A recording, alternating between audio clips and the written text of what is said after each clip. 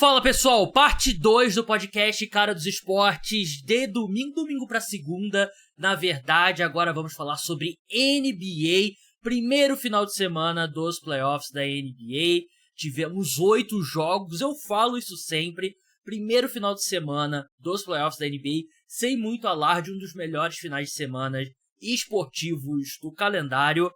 Na parte 1 do programa, se você não escutou e você é fã de futebol americano, vai lá e escuta. Fizemos o preview do draft da NFL, que começa nessa quinta-feira. Eu e o Felipe Lawrence, do perfil @oquarterback. Para falar sobre NBA aqui comigo nessa parte 2, o Gustavo, do NBA da Depre, fazendo seu aguardado retorno ao podcast Cara dos Esportes, um dos melhores produtores de conteúdo sobre NBA aqui no Brasil. E aí, Gustavo, tudo bom? Tudo bem, até porque o Knicks ganhou ontem, então não tem com que me preocupar, pelo menos até agora. Quer dizer, amanhã tem o segundo jogo 2, né? Uhum. Vamos ver. É um bom ponto. A gente vai falar dos jogos do final de semana, e já peço desculpa pro torcedor do Thunder e do Pelicans por questão de horário, o jogo começa muito tarde. Vai ser o jogo que a gente não vai falar aqui nesse podcast. Vai acontecer em outros episódios, a gente vai acabar falando em outros episódios do podcast Cara dos Esportes sobre essa série. Mas é questão de horário, enfim, o seu último jogo a gente não vai falar aqui. Mas é um bom ponto que você falou, que eu queria tocar nisso com você aqui. A gente acompanha a NBA há algum tempo e a gente sabe, às vezes a gente quer tirar umas conclusões definitivas sobre uma série depois do jogo 1, e é assim que a gente tropeça muitas vezes, né? Porque não necessariamente o que acontece no jogo 1 vai se repetir. Muitas séries vão até 7 jogos, 6 jogos, muita coisa para acontecer, 2, 3 semanas, tem ajustes a serem feitos. Então, se seu time perdeu nesse final de semana, ainda não é hora de entrar em desespero, né, Gustavo? Ainda não. Depende da situação também, né, Gabriel? Tem casos aí que a gente tem que entrar em desespero, sim. Eu, se fosse torcedor do Miami Heat hoje, estaria muito preocupado, por exemplo. Se fosse torcedor do Lakers, não estaria tão preocupado quanto algumas páginas de Instagram aí quiseram fazer piada, né? Mas então acho que depende. Mas sim, playoff, a realidade é essa, né, cara? Cada jogo é uma realidade, cada jogo é um momento. E às vezes até você tá falando de jogo 1, às vezes a série vai para outra cidade, e aí que a coisa começa a mudar, sim, né? A gente tem vários exemplos de times que, pô, eram regra, tomar 2-0 fora de casa e virar em casa, né? Então ainda não é momento de entrar em pânico. Tem aquele famoso clichê, né? A série só começa quando um time vence fora de casa, né? Quando alguém quebra o mando de quadra, né? A gente vai começar pelos jogos... Calma aí, que eu mutei o meu próprio microfone. A gente vai começar pelos jogos do domingo, depois passaremos pelos jogos de segunda-feira. Vamos começar pelo... Eu diria que o resultado mais surpreendente desse domingo, não sei se você vai concordar, Gustavo, a vitória do Los Angeles Clippers para cima do Dallas Mavericks, 109-97. Não é surpreendente por si só o fato dos Clippers vencerem, era uma das séries mais equilibradas no papel, mas por conta da ausência do Kawhi Leonard. E o James Harden chamou para si a responsabilidade, fez um grande jogo, foram 28 pontos, 8 assistências, e fazendo uma dupla muito boa com o Zubac, né? Eles que trabalham muito bem nesse pick and roll. Paul George jogou bem também. Acho que essa vantagem de 12 pontos, acho que nem diz muito bem o que foi o jogo, porque os Clippers dominaram e foi uma questão ali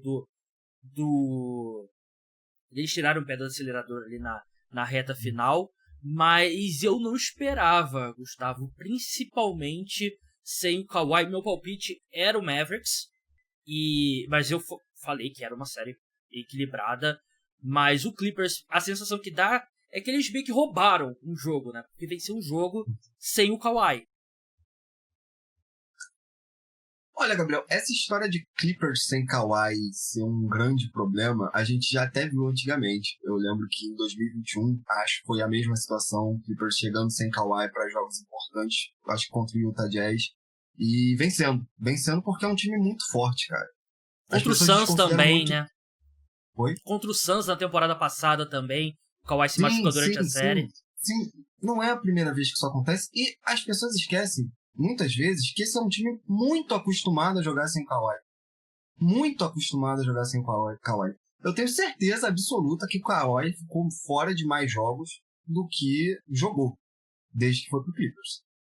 Né? Não tenho o número aqui, mas eu tenho convicção de que é isso. É uma boa aposta. Se fosse pra botar minha mão no fogo, com certeza eu diria que ele jogou menos do que ficou de fora. Então, é um time muito acostumado que tem um Paul George, cara. Um Paul George que ainda é muito subestimado em 2024, como se não tivesse acontecido tudo que já aconteceu nos últimos anos. O Paul George hoje é um jogador muito mais maduro do que 4 anos atrás, quando ele passou aquela vergonha lá na bolha. Mas, enfim, é um jogador que desde 2021, naquela situação aí que eu acabei de escrever do Jazz, eu não duvido mais dele, entendeu? E ainda por cima tinha um Harden, tem um Harden, tem um Westbrook, tem um time, tem o Zubac, como você falou, entendeu?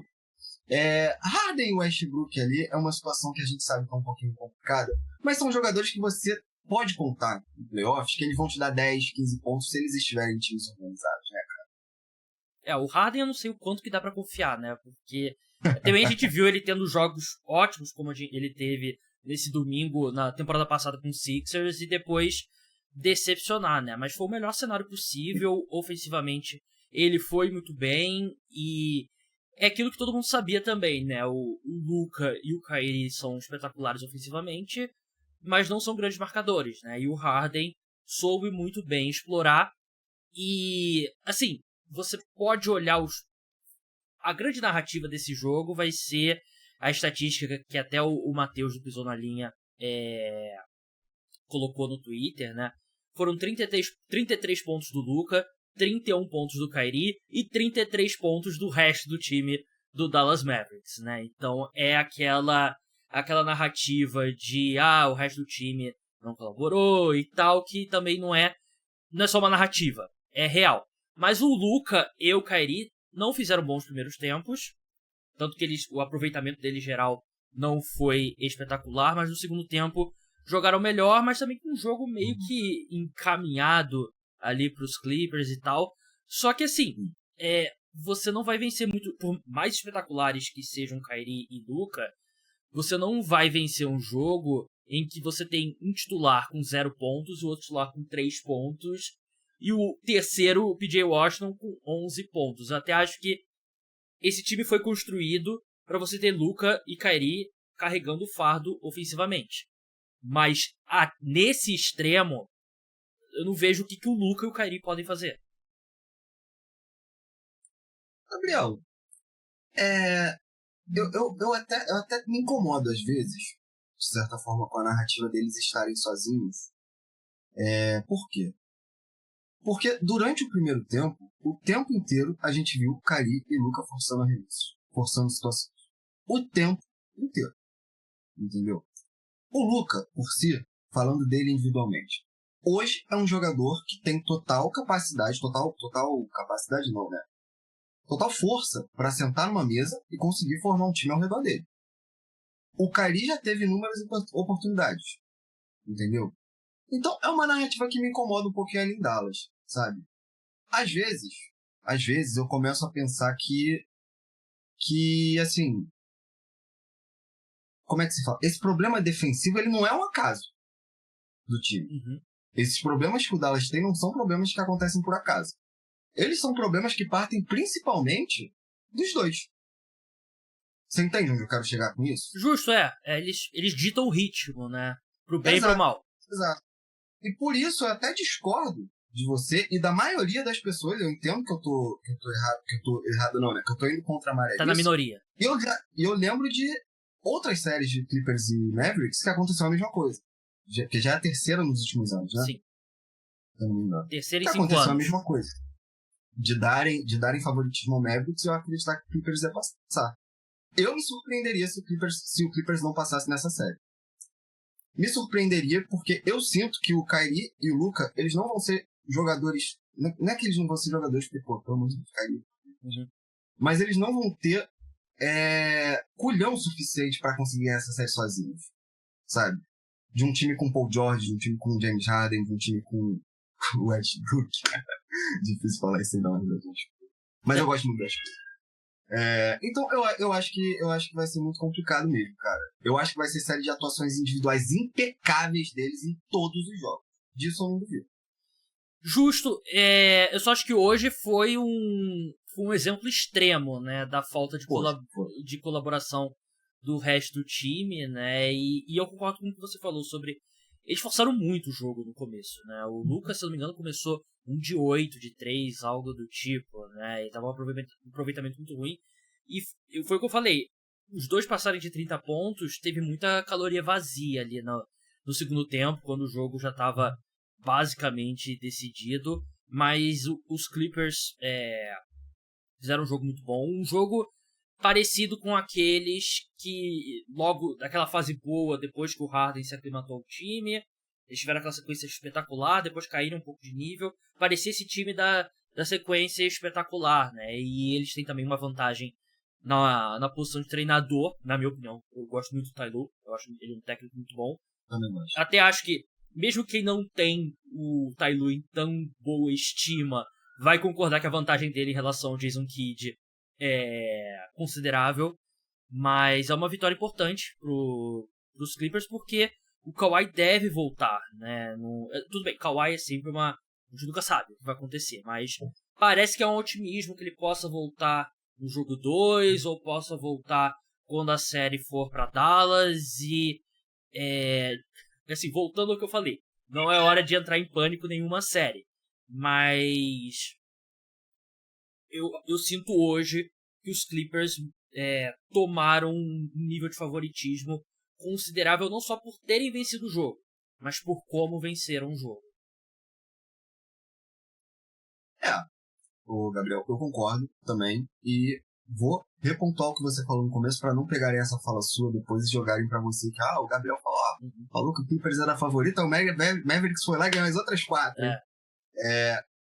Provavelmente o Luka não vai jogar assim de novo nessa série.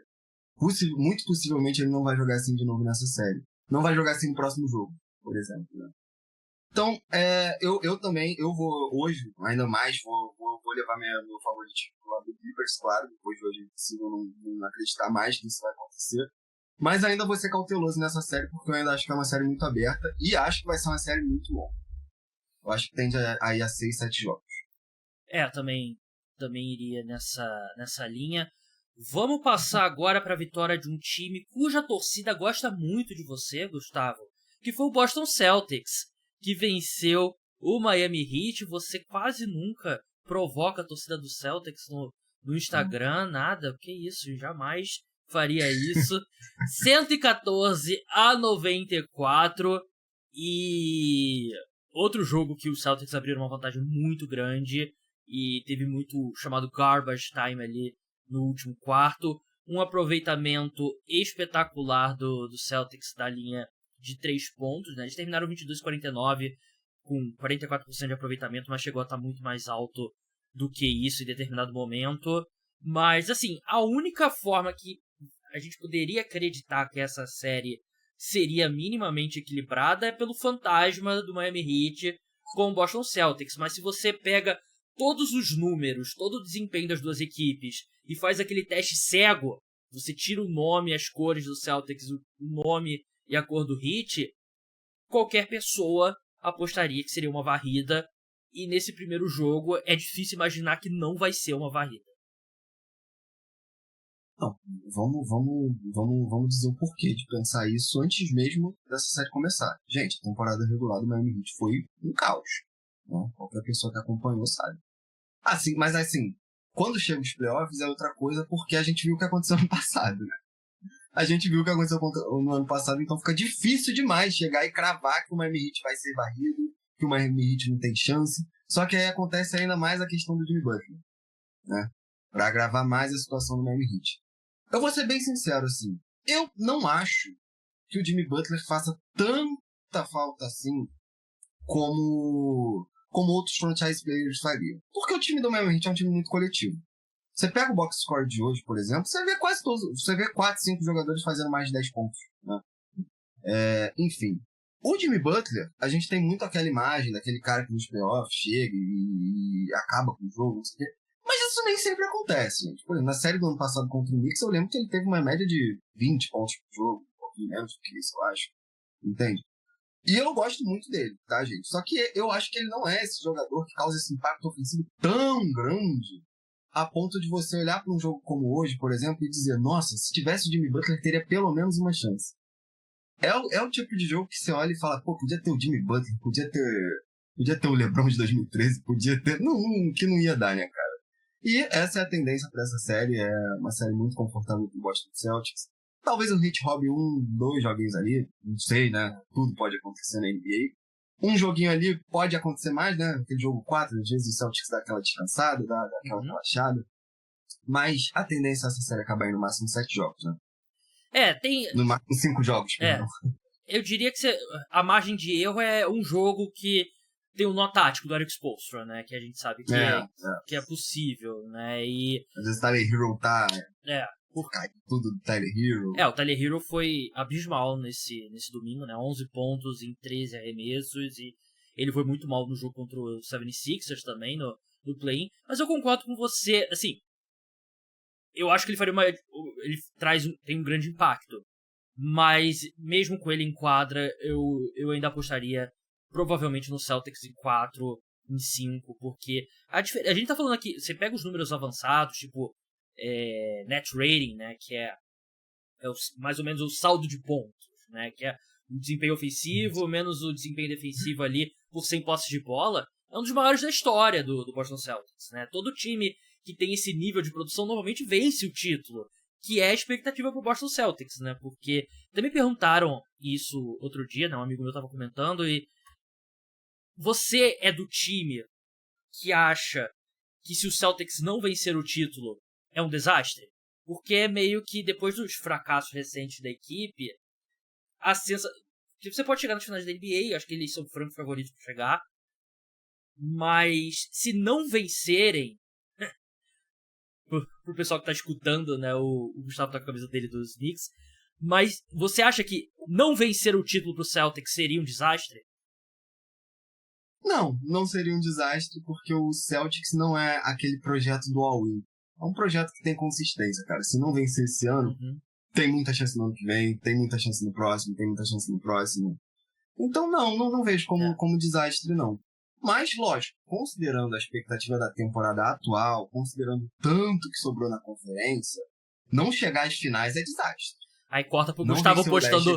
Aí corta pro Gustavo postando meme do Jason Tatum, pipoqueiro, Boston Celtics ganha título há 40 anos, sem o Big Tree. Não, na página eu tenho que sustentar um personagem, que eu acredito que o Knicks vai chegar na final e ganhar de 4-0. Entendeu? Mas aqui eu posso falar a verdade. Se o Celtics não chegar na final da NBA esse ano, nesse leste, é fracasso. É muito complicado. Concordo. Eu concordo. Eu concordo com você que não é um desastre. Assim, a pressão vai ser muito grande se eles não vencerem o título. Mas é um time que vai ter mais um ano, por exemplo, se renovar o contrato com o Derek White, você vai ter mais uns 2, 3 anos. O Derek White tem mais um ano de contrato, se eu não me engano. Então você tem, pelo menos a próxima temporada, essa base do mesmo time. Né? O Porzingis renovou, o Drew Holiday renovou, o Jaylen Brown renovou na última off-season e tal. Então não é aquele time montado ali pra esse ano e depois tudo vai se desmontar.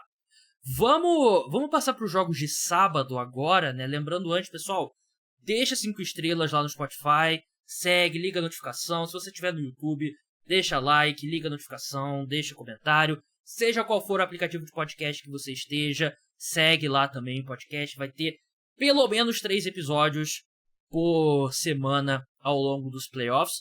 Essa semana que eu não sei ainda quando que eu vou encaixar o terceiro, porque vai ter o draft da NFL na quinta-feira, mas vai ter uma cobertura intensa aqui no TikTok, no Instagram. Vamos passar pro sábado.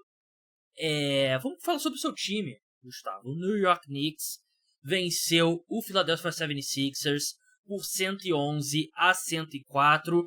Um jogo que ele chegou equilibrado ali na reta final, mas foi um jogo que um time dominou no quarto, um time dominou no outro, foram se alternando e os Knicks conseguiram vencer no final com um desempenho muito bom do Josh Hart. Ele acertou algumas cestas de 3, pegou o rebote ofensivo que selou basicamente a vitória. Teve o Joel Embiid voltando a machucar o joelho, né? Ele teve uma dunk muito bonita, mas ele acabou machucando o joelho no lance. E assistindo ao jogo eu tive a impressão que depois daquilo ele estava claramente no sacrifício. Ele vai continuar jogando, o Nick Nurse, técnico do Sixers, falou que ele vai se esforçar vai continuar jogando e tal, mas claramente eu senti que ele não era mais o mesmo, e os Knicks, num dia que não foi nenhuma noite muito eficiente do Jalen Brunson, mas ele teve 8 de 26 e tal, os Knicks conseguiram vencer, e se for essa versão limitada do Embiid, eu acho que a chance de um susto dos Knicks aqui diminui bastante. Olha, o Joel Embiid, claramente, ele tá naquela situação do cara que, pô, a mente tá tentando comandar um corpo que não aguenta mais, né? E, pô, ele tentar... Me chamou a atenção ele tentar aquela dunk, cara. Ainda mais levando em consideração como no jogo contra o Miami Heat a gente já viu que ele tá longe de estar 100%, né? Uhum. Me chamou muito a atenção ele tentar essa dunk, cara.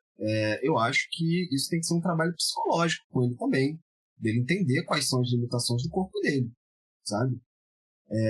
Mesmo com o Embiid,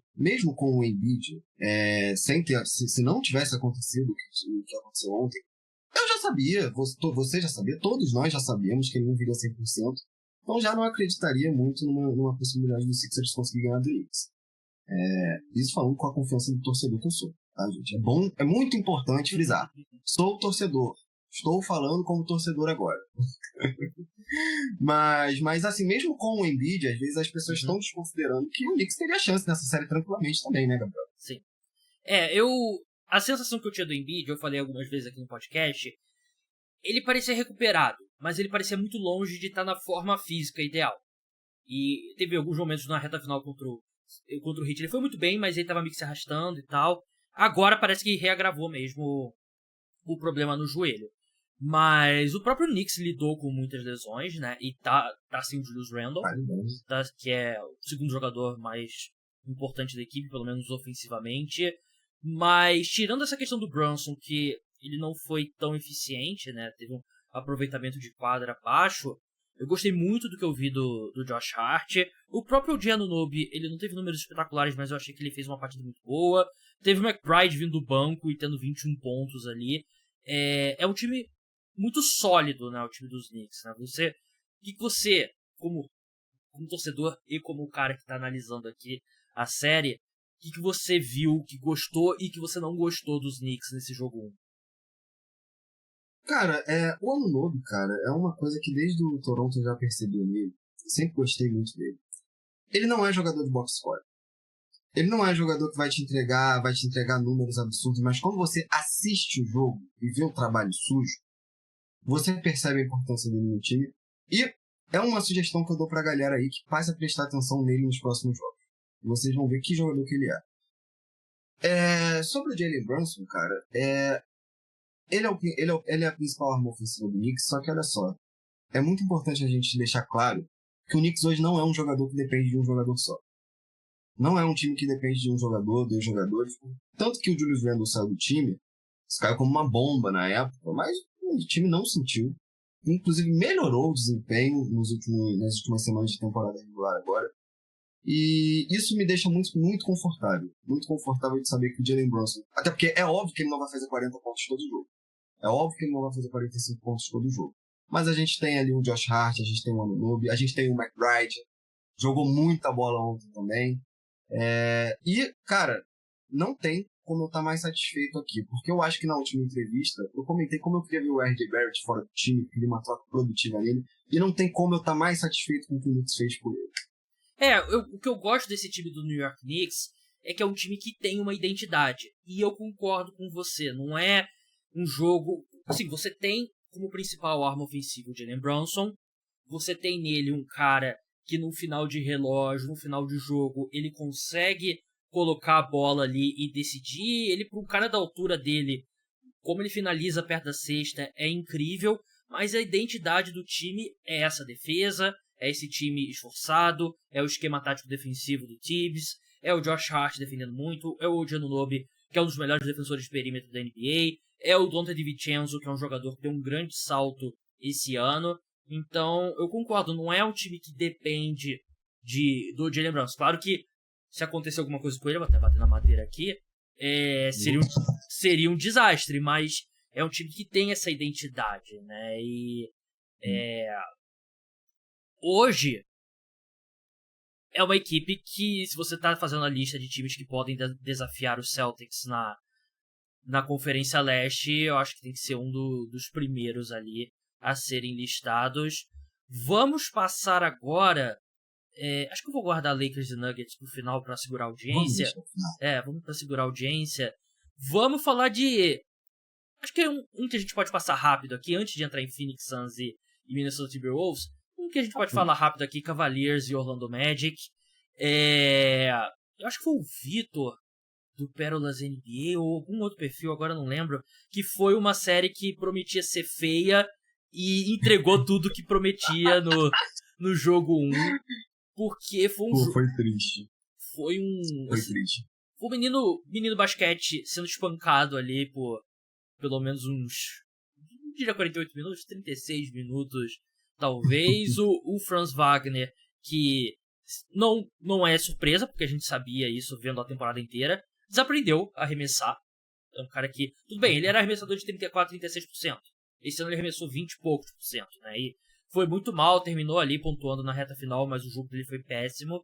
E o Cleveland Cavaliers teve o Donovan Mitchell carregando o time ofensivamente, 30 pontos, e uma excelente atuação defensiva do Evan Mobley e do Jared Allen. E tudo o que a gente esperava dessa série aconteceu no jogo 1, né, Gustavo? Um time que tem peças muito interessantes do Orlando Magic pro futuro, só que é um ataque extremamente travado. Cara, eu admito pra você que eu só assisti o primeiro tempo. Então não tem nem o que acrescentar na discussão, não tem nem o que acrescentar na conversa.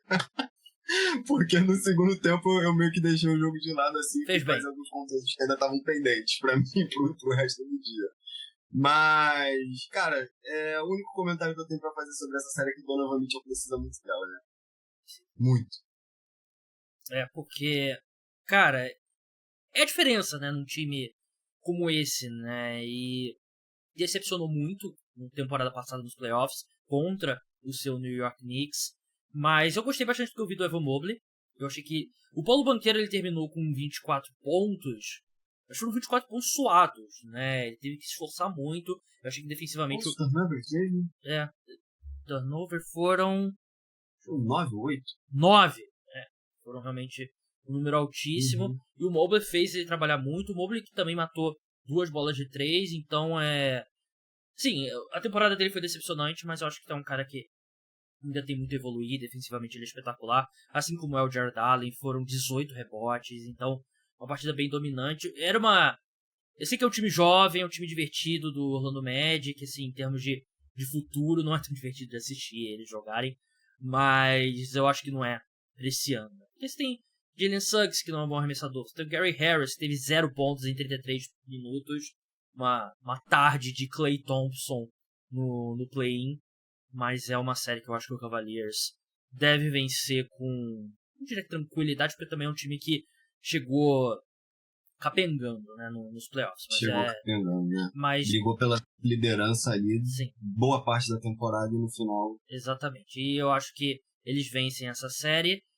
No jogo 1 entre Minnesota Timberwolves e Phoenix Suns, acho que é a hora da gente colocar nosso terno aqui, gravata, para falar sobre a atuação do Anthony Edwards, né? Que mais uma prova irrefutável de que ele é filho do Michael Jordan foi o desempenho dele nesse jogo, né? Foram 33 pontos, 9 rebotes, 6 assistências, e ele basicamente pegou a faca e girou no terceiro quarto. Teve uma sequência absurda que, se alguém tinha alguma dúvida que o Anthony Edwards é uma superestrela, é um dos 10 melhores jogadores da NBA, mesmo com 22 anos, essa dúvida acabou nesse sábado. Pessoalmente, cara, eu vou te falar que a coisa que mais me surpreendeu dentro de mim mesmo foi não me surpreender com a cuspida que o Anthony Edwards deu no Kevin Durant ontem. Sim. Não me surpreendeu nem um pouco. E tu viu a leitura labial? Ele chamando o Anthony Edwards. Pô, sensacional! Chamando o KD de velho. Mano, o Kevin Durant riu porque ele sabia que ele não tinha o que fazer. Se ele respondesse, ia ser pior. Sim. O cara tava no chão. Tá ligado? E não me surpreendeu nem um pouco, cara. Eu fiquei... Outra série que me surpreendeu o palpite da galera, muita gente colocando o Suns como favorito. Eu, inclusive. Discordo frontalmente, Gabriel. Você acreditar que Kevin Durant... Já falei. Kevin Durant, agravante, Phoenix Suns. Agravante, Devin Booker. Agravante, Bradley Beal. Pô, são muitos agravantes, entendeu? É a hora que a gente tem que, às vezes, analisar pelo último. Realmente, pelo momento, o Suns estava chegando bem.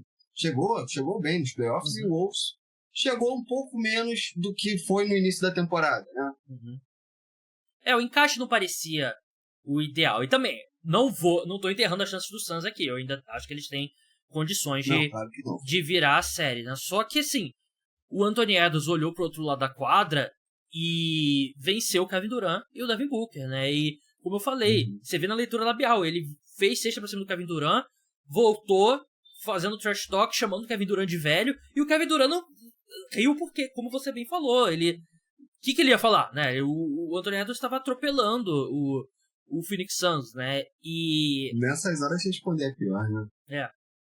E foi o que você falou, agravante, também não iria tão longe assim, mas Devin Booker teve um jogo muito fraco, né? 18 pontos em 16 arremessos tentados, um jogo muito ruim. Ele teve muita dificuldade contra essa defesa do Minnesota Timberwolves, né? Que a gente viu, por exemplo, o Gobert jogando bem, né? Que era algo que eu tinha medo. Acho que ele defensivamente teve um grande impacto. O Towns, não foi nada de outro mundo, 19 pontos, teve plus-minus, foi o pior dos titulares. Não, segundo pior. Menos 2, o Conley teve menos 8. Mas tudo desse jogo é o Anthony Edwards, cara. Aquela sequência do terceiro quarto dele, que primeiro ele, mostra uma técnica absurda ali. Trabalho de pés numa cesta contra o Devin Booker, que ele gira para um lado, depois faz um ganchozinho. Depois, ele dá aquele reze, né, que falam, né, no Kevin Durant. Deixa o Kevin Durant totalmente ali descontrolado e faz a cesta. Cara, realmente foi espetacular e o Suns vai ter que fazer muito ajuste, porque o plano A, B e C tem que separar o Anthony Edwards, né? Tem que colocar alguém. E a gente viu o Devin Booker marcando ele, aí trocou pro Kevin Durant. O Kevin Durant marcando ele, nada dava certo, né? E teve a lesão do Grayson Allen durante a partida, que também acho que não é o que vai fazer diferença nessa série. Mas eu acho que se alguma coisa esse jogo 1 nos mostrou, é que o Suns não tem um cara que você... Tudo bem, ninguém vai conseguir marcar o Anthony Edwards 1 contra 1. Mas eles não têm uma boa resposta ali pra você pelo menos ficar confortável. Que até porque você não pode colocar o Kevin Durant. Pela diferença de tamanho, não, o Kevin Durant é muito maior, muito mais lento. Você não quer colocar esse desgaste no Kevin Durant tentando marcar o Anthony Edwards. E o Devin Booker não viu a cor da bola quando marcou o Anthony Edwards, né? Então, esse é um baita problema pro Phoenix Suns. Sim. É importante a gente, inclusive, pontuar, Gabriel, que um dos fatores que levaram a galera a acreditar nesse favoritismo do Phoenix Suns é o fato de que, se eu não me engano, o Phoenix Suns venceu todas contra o Minnesota durante a temporada regular. E venceu bem. A questão é que, na intensidade de playoff, você pegar um moleque de 23 anos que tá do jeito que o Anthony Edwards tá, que já foi na temporada passada, né? Eu não lembro como é que foi exatamente o playoff dele. Posso estar falando isso. Mas, enfim, o Anthony Edwards aí é um dos jogadores que eu vejo com mais potencial aí pros próximos anos, que às vezes a galera chama de superestimado, mas eu acho subestimado. Hoje, se eu tivesse que apostar qual vai ser o jogador dos Estados Unidos que vai quebrar a sequência de MVPs europeus, seria o Anthony Edwards. Perfeito. Gostaria também? Assino embaixo. Então tá aí. Assino embaixo tranquilamente. Cara... Inclusive, se você me perguntar... Olha bem o que eu vou falar. Se você me perguntar quem vai ser MVP primeiro entre ele e o Luka, eu iria nele. O desempenho coletivo conta muito no MVP, né? E o time do Wolves teve uma temporada muito melhor mesmo. Cara, o Anthony Edwards é fantástico. Ele jogando nesse nível, decidindo o jogo de playoff aos 22, 23 anos, é um absurdo. E o bizarro é que a tendência é que ele vai melhorar muito ainda nos últimos anos, né? Tudo que a história da NBA diz pra gente que o jogador de 22, 23 anos, ele só vai chegar no auge normalmente aos 27, né? As estrelas da NBA, né? Então ele tem muito a evoluir e defensivamente... Isso pode estar mudando, né, Gabriel? Considerando a idade que a galera tá chegando hoje, isso pode estar mudando. A gente pode estar falando de daqui a 10 anos. Sim, verdade. E a qualidade que ele tem também, quando ele liga a chavinha defensivamente, também acho que é o que separa ele de outras estrelas. Acho que é o que separa a estrela de superestrela, né? Que ele faz isso nos dois lados da quadra e num alto nível e envolve os companheiros. É realmente o... E tem um storytelling muito maneiro por trás, né? Sim, é o cara... Filho do Jordan. Verdade. E ele é um cara... É sensacional, cara. Não dá pra não comprar. Ele é um cara que quase jogou futebol americano ao invés de jogar basquete, né? Ele no high school jogava futebol americano e tal, decidiu se focar no basquete, né? Mas eu acho que dá pra ver essa questão física dele, dá pra ver que é um cara que jogava futebol americano, né? Porque ele, muito jovem, já é muito forte, né? Vai muito bem no contato.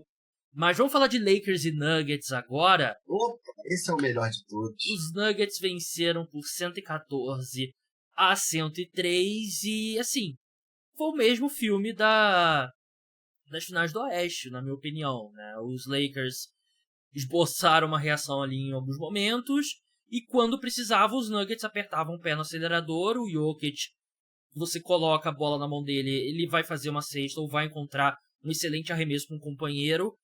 E por mais que tenha sido 11 pontos em alguns momentos os Lakers terem reduzido a vantagem, eu nunca achei que os Lakers iam vencer aquele jogo. Nunca. E é assim quase todo jogo do Nuggets, né? Pelo menos os que eu paro pra assistir geralmente é isso. Eu até postei ontem na página alguns stories durante o jogo e até postei um Reels hoje cedo. Foi isso, postando ali quando tava empatado no início do terceiro quarto, falando, a galera tá se iludindo aqui, a torcida do Lakers tá entrando naquele momento que acha que dá pra ganhar do Nuggets. Dá pra ganhar. Aí você vai ver, de repente, cai 3, cai 4, cai 5 seguida na tua cabeça, vai ver, tá 15 pontos de diferença. Aí, de repente, no último quarto você consegue encostar, porque o Nuggets dá aquela respirada, né? Uhum. Se acalma um pouco, respira pra te enfiar a faca no final e rodar de vez. E foi o que aconteceu ontem. Cara, às vezes, é o que eu já pontuei no começo, cara, e eu acho que é um grande problema, às vezes, a gente achar que playoff é temporada regular. Mano, o Jokic não vai chegar nos playoffs do mesmo jeito que ele tá na temporada regular. Se na temporada ele tá jogando X, nos playoffs ele vai jogar 2X. Devia ele estar enterrando ontem. Pô, pelo amor de Deus, cara, é um nível de intensidade completamente diferente. É por isso que a maioria das pessoas acredita que o Lakers não tem chance. É claro que o LeBron e o Anthony Davis podem fazer chover, caramba, é o LeBron, é o Anthony Davis, beleza.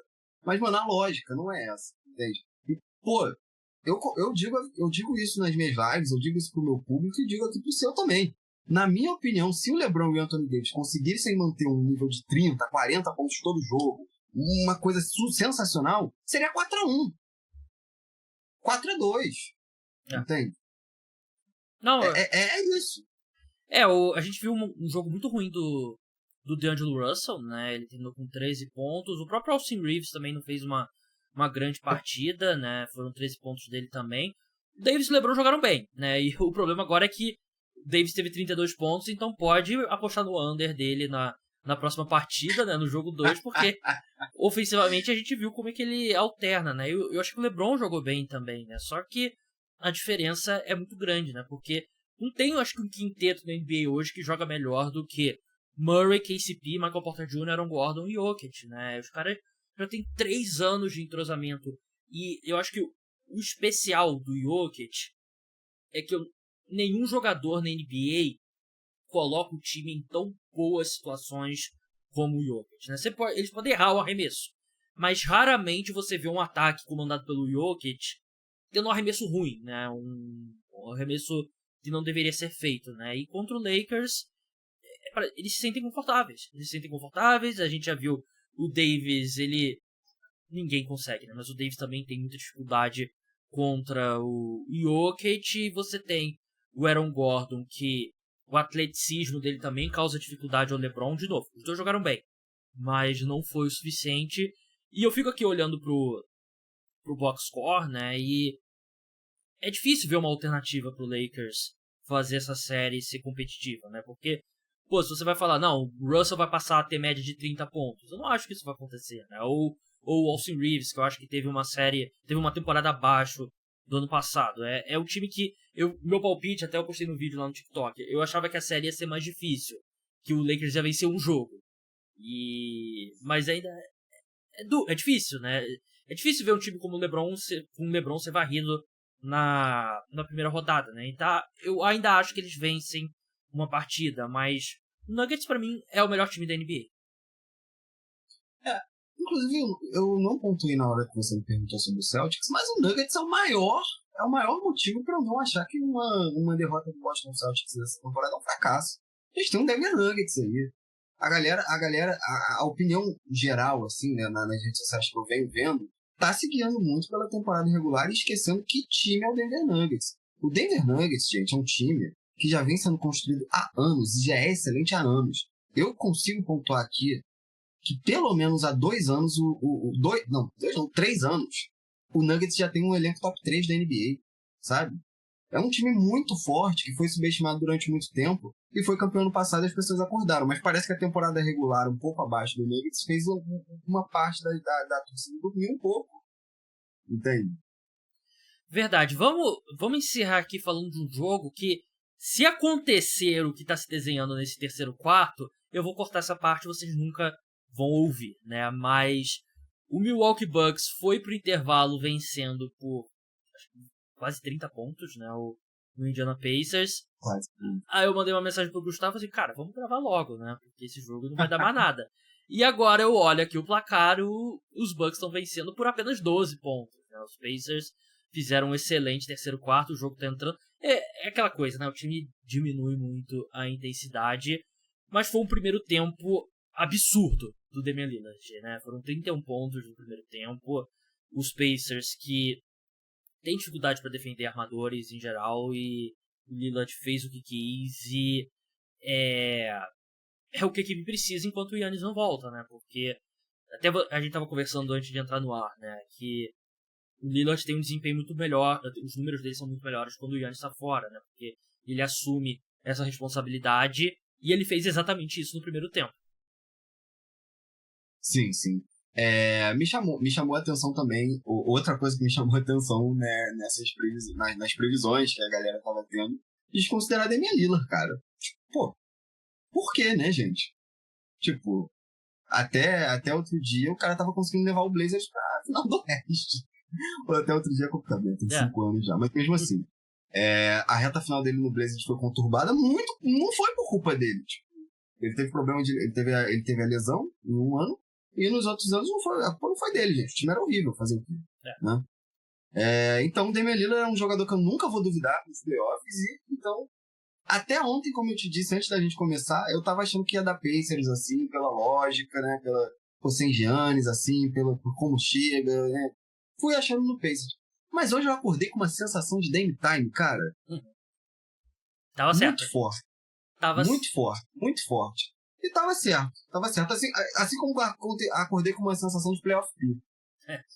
O meu palpite pra esse jogo era quer dizer, pra série, era o Milwaukee Bucks, mesmo com os problemas do Giannis, porque o Tyrese Haliburton vem muito mal, né? Desde uns 2 meses, né? Os números dele despencaram, e assim, ele tem problemas defensivos, mesmo quando ele tava naquele nível absurdo, né? Ofensivamente. E quando ele tá mal, assim, ofensivamente, fora o que ele não faz defensivamente, acontece o que aconteceu nesse primeiro tempo, né? O Lillard fez o que ele quis, e a gente viu muito o Nembhard, que eu acho que é um bom defensor até, né? Mas ele não conseguiu fazer nada contra o Lillard. Não. E acho que pro Bucks é um baita sinal aí eles conseguirem vencer mesmo sem o Giannis, e é uma vitória que deixa a equipe, assim, dá uma margem de tempo maior pro Giannis se recuperar, porque se você perde esse jogo, cresce a pressão de, pô, Giannis, tem que voltar, né? A gente sabe que ele é um alien, ele volta mais cedo normalmente, mas você venceu bem. Acho que é um time que pode respirar e pode dar todo o tempo que o Giannis precise, porque, sinceramente, eu não confio muito nesse time dos Pacers com o Tyrese Haliburton tão longe do 100% como ele claramente tá. É um time que eu sinto que não tem muita opção pra pontuar, cara. É um time que eu sinto meio perdido, assim. O Pacers não foi um time que eu assisti muito, mas assistindo hoje, por exemplo, vários momentos. Eu não sei explicar a sensação de time meio que tá fazendo. Não, tá meio perdido nos playoffs. Não sei se dá pra explicar. Sim, eu acho que ano que vem a tendência é melhorar, o Siakam mais adaptado ao time e tal. Sim. Mas, é um time que tem uma base legal. Sim, mas realmente, eu acho que é um time que tem alguns caras que são excelentes no ataque, excelente na defesa, e meio que não tem os two ways, eu diria, assim. Acho que o próprio Siakam defensivamente já foi muito melhor do que ele é, e enfim, eu acho que é um time que ainda tá se encaixando. Eu gosto do Rick Carlisle, acho que eventualmente eles vão encontrar a melhor forma. Mas, Gustavo, muito obrigado pela sua participação. De novo, se o Pacers conseguir a virada absurda, eu vou cortar isso tudo e vocês jamais escutarão. Sigam o Gustavo no NBA da Depre no Twitter, no Instagram. Tá no TikTok também? TikTok também. Conteúdo muito legal, muito engraçado. Sempre muito sério, jornalismo investigativo lá, os vídeos falando mal do LeBron, que deixa os fãs do LeBron, que eu me considero deixa a gente puto, mas eu faço análises pouco convencionais, diríamos assim. O bom do Gustavo é que ele critica todas as estrelas, ele faz piada com todo mundo, é um cara que não é só LeBron, não é hater de LeBron, não é hater do Curry, é hater de todo mundo, menos dos jogadores dos Knicks.